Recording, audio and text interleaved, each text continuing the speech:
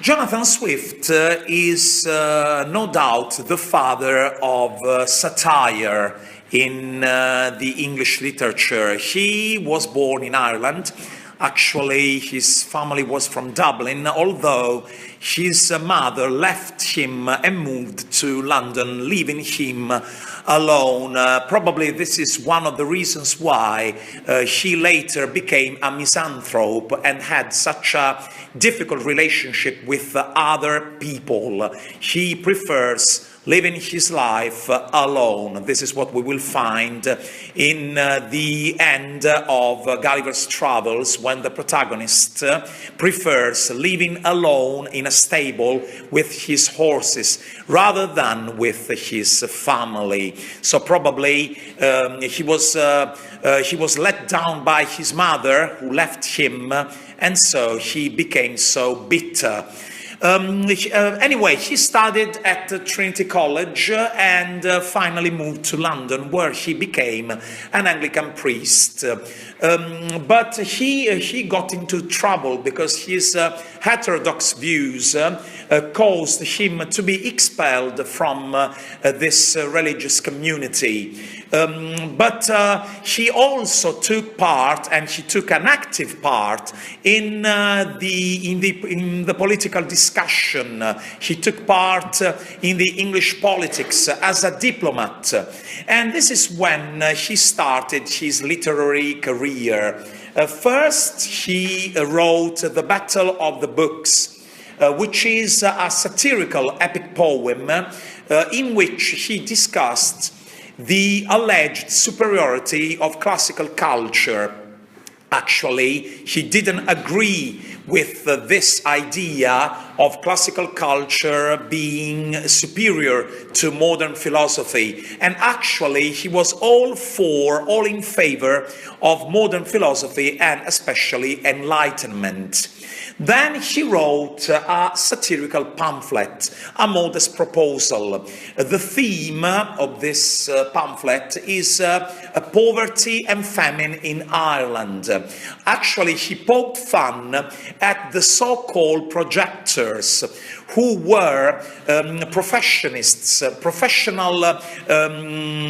people who were supposed to give English politicians the best solutions for social and economic problems in the United Kingdom. What he did was poking fun at the projectors. He himself made his modest proposal. He suggested that famine in Ireland could be solved using 3/4 of the Irish children as food for the English. This is obviously an absurd solution, but this is what satire is about, making fun, poking fun at real situations in order that the reader can understand how absurd the reality around him is. But by far the best known masterpiece by Jonathan Swift is Gulliver's Travels. We can have a look at his very name, Gulliver. Gulliver may be interpreted as deriving from the adjective gullible, which means someone who can be easily convinced of false things, a naive person, a gullible person, or a seagull, that is someone who has a passion for traveling, just like seagulls do. They travel all the time, and so does Lemuel Gulliver. He visits possible different words, other words, different from the English country, the English word, the European word. This is the first time that a novelist experiments the possibility of different points of view. Gulliver is always out of proportion, so he is forced to look at reality from another point of view, a different point of view. He is too big on the island of the Lilliputians, who in fact call him Big Man Mountain. He is too small when he visits the Giant's Island. But what we can see is that in this comparison, being too big or too small, Swift pokes fun at the English attitude of feeling superior to any other people and any other culture. In fact, when Gulliver confronts the king of the Lilliputians or the emperor of the giants, first he is the spectator of the king of Lilliput's pride. The king of the Lilliputians is very proud of his military force, his military power, although he is too small, so he may sound pathetic if confronted with such a big man as Gulliver. On the other hand, when he talks to the giant's emperor, he himself commits the same mistake of being too proud. He is too proud of himself, of England, although he is confronting such a huge man belonging to a superior culture and civilization. In fact, when the king of the giants asks him about the society Gulliver comes from, he tells him about the way they choose their politicians, and the king of the giants, the emperor of the giants, just tells him that on his island they are simply the best, not those who get the most votes. Very interesting is the visit on the Isle of Laputa, where Gulliver meets the rationalists belonging to the Academy of Lagado. This is obviously a mockery of the rational and rationalistic philosophy. All these people are involved in weird experiments, such as extracting the sunlight from cucumbers, or turning excrements into food. These are weird experiments, typical of rationalists who do not have a contact with reality, and neither do those who live on the island of Balnibarbi. This is an island useful to make a mockery of the Royal Society of the English and European scientists. All these people are not in contact with reality. They are so fond of their theories that they forget about observing real life. But Gulliver also confronts the spirits of historical figures who reveal themselves in their simplicity. So we find once again the theme of the opposition, ancient times, modern times. Gulliver wants to demonstrate that ancient times were no better than the actual time, than now. And in fact, these historical figures belonging to the past reveal their simplicity, their virtues, but also their vices.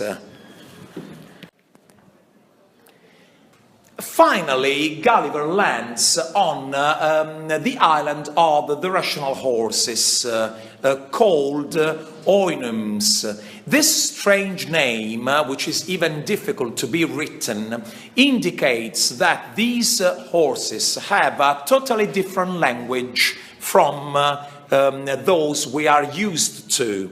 And we will find out that they are so different from humans. They do not even have the words to call, to define what is worst in man. All those vices, such as hate, such as envy, are not known to these horses. They do not even have the words to call these bad aspects of a man's personality. On the island, the rational horses live and rule over a different species, the species of the savage yahoos. They are very similar to humans. In fact, they walk on 2 legs instead of 4, like humans do. They are slave to uncontrollable instincts, unlike the rational horses, who are rational, who can control and dominate their instincts. And finally, they are unable to speak and think properly. Gulliver is very embarrassed because he knows that he is similar to the yahoos, but he starts to like the rational horses so much that he asks them to be hosted on the island. He wants to become a citizen of this special and perfect island. We might define this island as a utopia, that is a perfect place which very probably does not exist in true reality. That is what a utopia is about. A special, a perfect place which can never be found. Basically, Gulliver tries to disguise himself. He tries to hide his human nature, his Yahoo nature.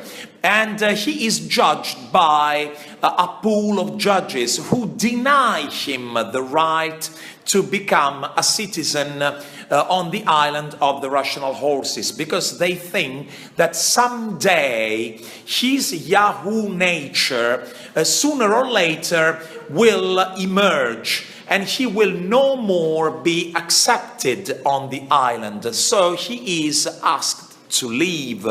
Very unwillingly, he has to leave the island. A Portuguese sailor rescues him, and he is a very decent and gentle guy. So at first Gulliver somehow is less unhappy than before, because he meets this special, this gentle guy.